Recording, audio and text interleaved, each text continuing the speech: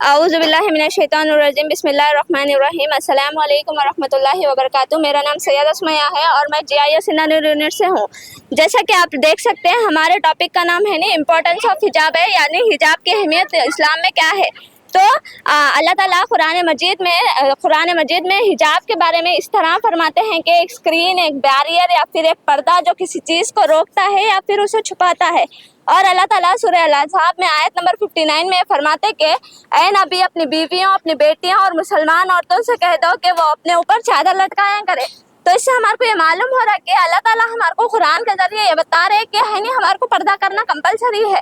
Then अगर हमें ये देखेंगे क्यों ज़रूरी है तो हमारे को ये मालूम होगा कि अगर हमें बेहयाई को प्रमोट करेंगे, मेलझोल को आम करेंगे तो इससे है नहीं इवेंचुअली सोसाइटी में नौजवान नस्ल को एंजाइटी और डिप्रेशन का शिकार होना पड़ता, जिसकी वजह से सोसाइटी में अनबैलेंस होता।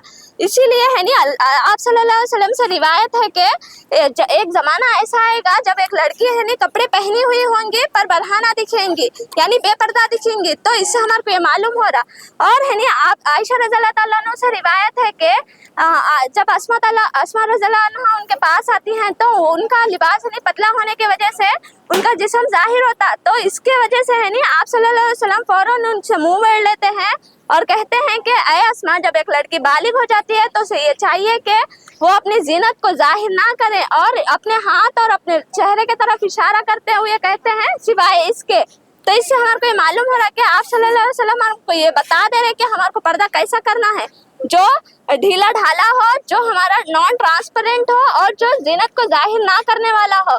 और अगर हमें सोचेंगे तो किसके सामने करना है, किसके सामने नहीं करना है, तो हमारे ये मालूम होना चाहिए कि हमारे महरम कौन है और नॉन महरम कौन है।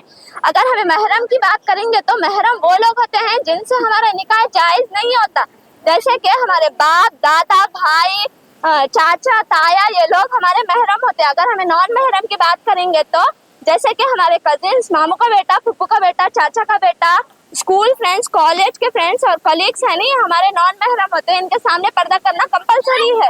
और ऐसे ही अल्लाह ताला कुरान मजीद में सूरह जिन में आयत नंबर 23 में फरमाता है कि और जो लोग अल्लाह और उसके रसूल की नाफरमानी करेंगे तो उनके लिए जहन्नुम की आग है और वो वहाँ हमेशा रहेंगे।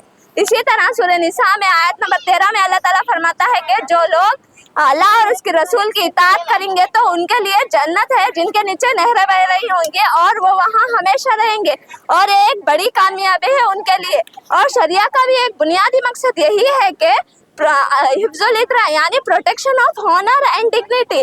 तो इससे हमारे को ये मालूम हो रहा। और इमाम अल-गज़ाली रहमतुल्लाह अलैह उलमाए दीन में ये बयान फरमाते हैं कि औरत की आज़ादी उसके लिबास और उसके अदब में होती है, ना कि उसकी बेहयाई में। तो ये डिफरेंट टाइप्स ऑफ कंट्रीज़ है कि अगर हमें अगर पॉपुलेशन हिजाब्स की देखेंगे तो ईरान और अफगानिस्तान में सबसे ज़्यादा है, यानी 99% है।